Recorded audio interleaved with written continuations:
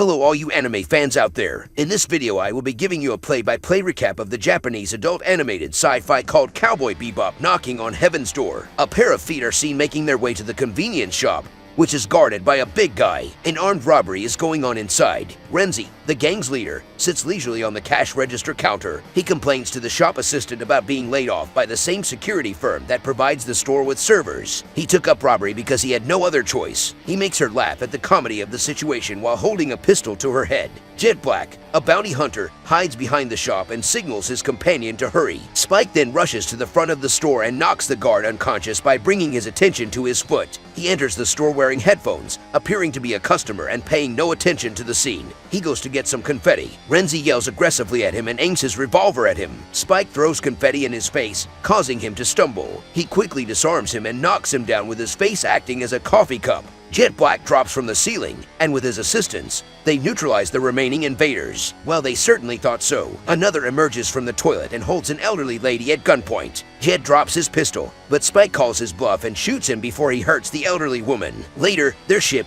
the Bebop, arrives on Mars. On board, the two bounty hunters engage in a game of shogi. Spike is scolded by Jet for not taking the game seriously. His daring action almost lost them a lot of money, just like the prior assignment. Ein, their artificially augmented data dog with human-level intelligence, nudges a move for Jet, but the relaxed cowboy has slept off. The team's other members, Faye and Ed, are closing in on a hacker named Lee Sampson. Ed provides her with technical assistance by transmitting the target's information. Faye chases him on a highway, but the tanker truck she is tailing comes to a halt, and a different guy than her target leaves. It suddenly explodes as he walks away. The unknown man, unfazed, glances up to the bounty hunter before disappearing off the bridge. The only clue to his identity he leaves is a tattoo on his hand. She returns to the Bebop to notify the others, but they have already been told by the news. Surprisingly, the program indicates the tanker explosion spreading a virus. They keep their distance from her because they are frightened she is contaminated. Their interest is piqued when they learn that the Martian government is offering a $300 million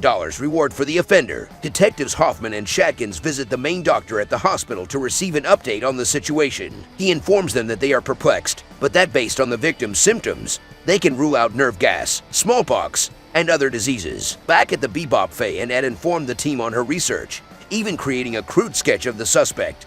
But she has no solid leads, only her hunch. This bounty is passed over by Jet, but Spike hops on board because he believes in a woman's intuition. Later, he travels to a Moroccan neighborhood in pursuit of a man known as the Bean Trader. A guy named Rashid approaches him as he is nosing about. Surprisingly, the man appears to know what Spike is searching for, though he is reluctant to reveal the facts. The man is a local celebrity who greets people as they go down the street. They make a visit at a pottery store, where Rashid forces him to buy a vase before they leave. Spike pursues him out of the business, but he loses track of him on the crowded street. He observes a veiled lady staring at him. She passes by him without incident before disappearing. We see Samson and the unknown man go to a warehouse. The hacker is enthralled by a video game from the 20th century. A police officer on patrol stops them, but the guy shoots him before they continue. They catch up with Murata inside a warehouse filled with Halloween decorations. The guy hands over a bag containing capsules, claiming that each capsule contains 30,000 units of something and that once opened, they begin to proliferate. He also offers Murata a money card, which he argues isn't for the whole amount. The man says that the rest will be given to him after the celebration. As he walks away, Murata challenges him about why the plan had to be carried out on Halloween. He responds that in the past, Halloween was a day when souls in purgatory may enter paradise by prayer,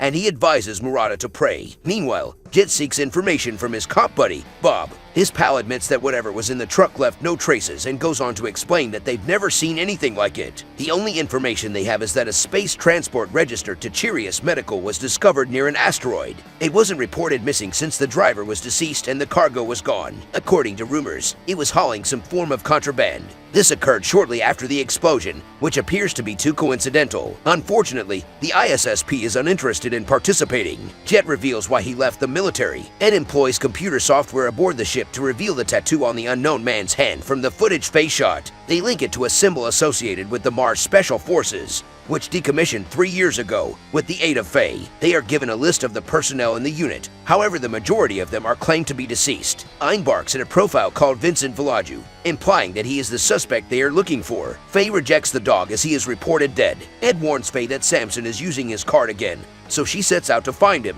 At the same time, Spike appears and grabs his face and informs him to the possibility that Vincent is the culprit. Jet finds his way back as well. well. Ed goes into the vase to get a stone as Jet briefs Spike on his pharma business discovery. Meanwhile, Faye follows Samson to an arcade where he is engaged in a shooting game. She has him at gunpoint, but he hacks into the building and turns off the electricity using a gadget on his belt. This provides him with enough time to escape, only leaving his hat. Back at the ship, Jet and Ed examine the marble. Their discovery demonstrates that it contains human lymphocytes. These are not typical since they behave weirdly in a microwave. Spike examines Cheerius Medical after acting on several leads. To obtain access inside, he pretends to be a cleaning service. The lecturer informs her boss about the failure to locate Mendelo, also known as Rashid, on Moroccan Street. Her boss underlines the need of removing both Mendelo and Vincent. Failure to do so might jeopardize all life on Mars. She walks out of the meeting, finds Spike cleaning, and holds him at gunpoint. Spike flirts with her casually, but also knowing her as the veiled lady on Moroccan Street. They battle, knocking the pistol out of her hand. When security comes with a small force in pursuit, he ultimately flees. He flees through the front entrance, stumbling over a cleaning truck.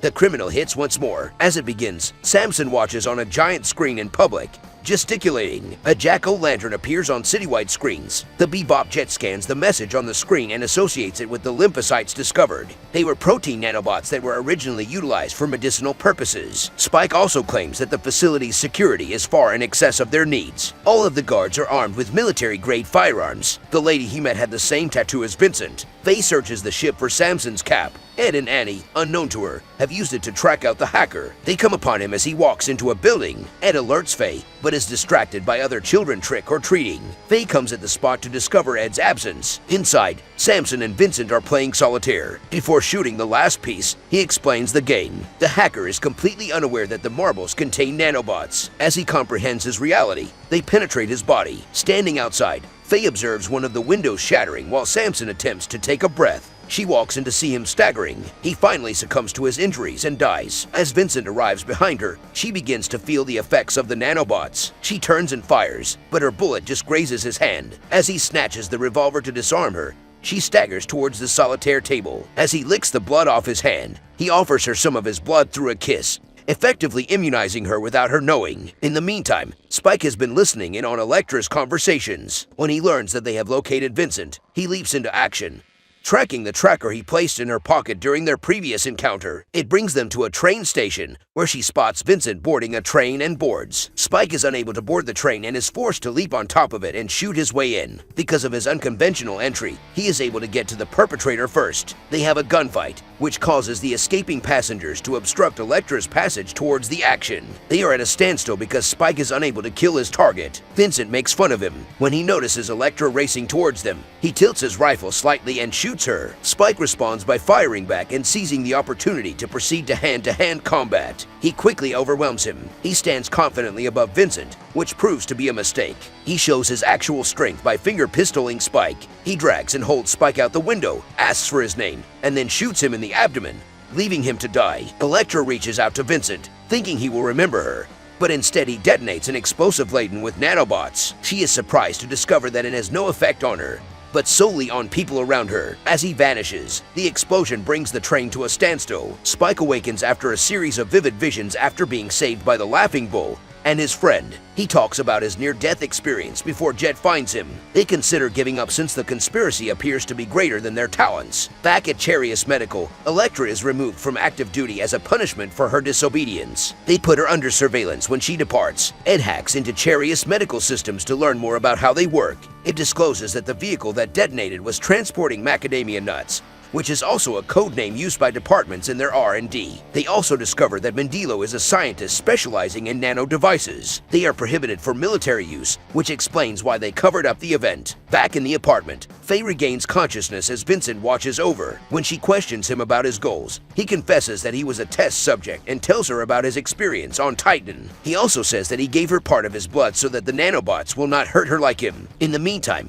Spike encounters Mendelo and learns about his sorrow and contribution to the development of the nanobots. Feeling guilty, he destroyed all the data he could and then vanished. Before leaving, the space cowboy strikes him. Soldiers unexpectedly descend and grab Spike in the bogus medical facility. Elektra is also apprehended since her supervisor discovered that she, like Vincent, possesses anti-nanobots in her system. She tries to reason with them and recommends that she be used as a foundation for a cure. Her boss is hell-bent on erasing any research-related evidence. She is imprisoned next to Spike, where she reveals her relationship with Vincent. He thinks of his long-lost girlfriend Julia. The man in black keeps revealing his plan to infect everyone with nanobots on Halloween. He invites her to accompany him, but she declines. Murata interrupts the action in search of his final payment, but is murdered by Vincent. He suggests to Faye about his next location. Before fleeing, the two convicts coordinate their escape, reaching through the bar at the same time to take Harris's and a guard's guns. Before they leave, they collect a significant quantity of anti-nanobot vaccinations. Meanwhile, the ISSP learns via Samson's hacking that the mastermind intends to spread the virus via the water treatment facility. Hoffman dispatches a Homeland Defense team to raid the facility,